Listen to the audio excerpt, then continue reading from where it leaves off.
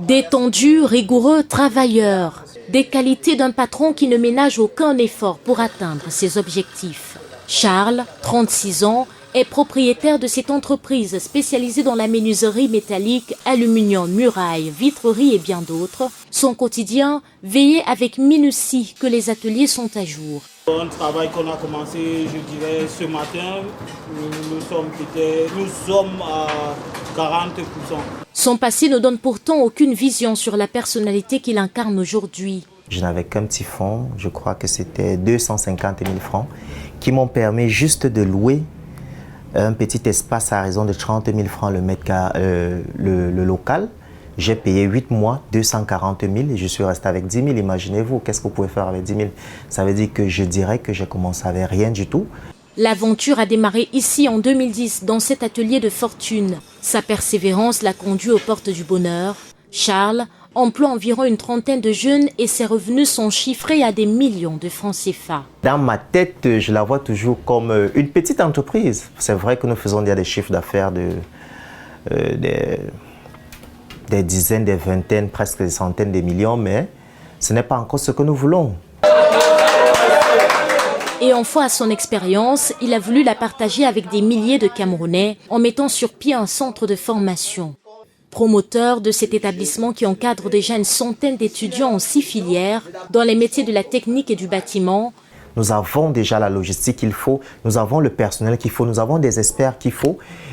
Si l'État nous fait confiance, ça nous confie même un pan des activités. Vraiment, nous pouvons faire 10 fois plus que ce que nous avons fait. De nombreux programmes financés à hauteur de près de 190 milliards de francs CFA par le chef de l'État, à l'exemple du plan triennal jeune, ont facilité le financement de plus de 8 000 projets et la création de 22 000 emplois directs.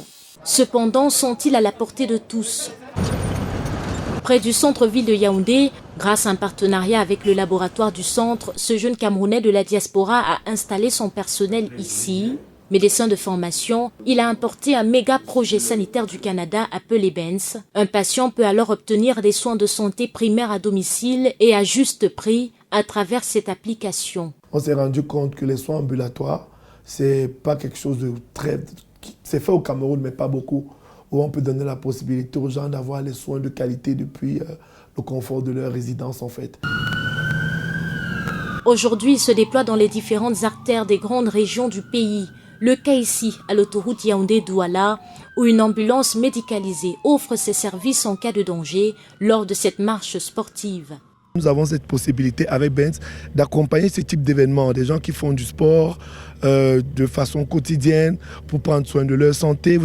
Parmi eux, vous avez les hypertendus, vous avez les diabétiques. La start-up a déjà permis le traitement de plus de 1000 patients et pourrait même constituer une avancée médicale majeure si le gouvernement apporte sa quote-part. Nous avons des moyens, nous pensons aller sur une autre plateforme, pourquoi pas avoir ces hélicoptères ou bien ces avions médicalisés pour pouvoir se rassurer que les gens au Cameroun aussi peuvent avoir les soins de santé en urgence et garder le maximum de personnes en vie.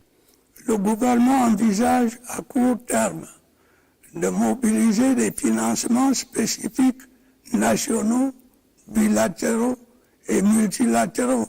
Lors de son adresse à la jeunesse camerounaise, le chef de l'État a instruit la création d'un fonds national de garantie afin de répondre à ces nombreuses exigences. Ce fonds devrait permettre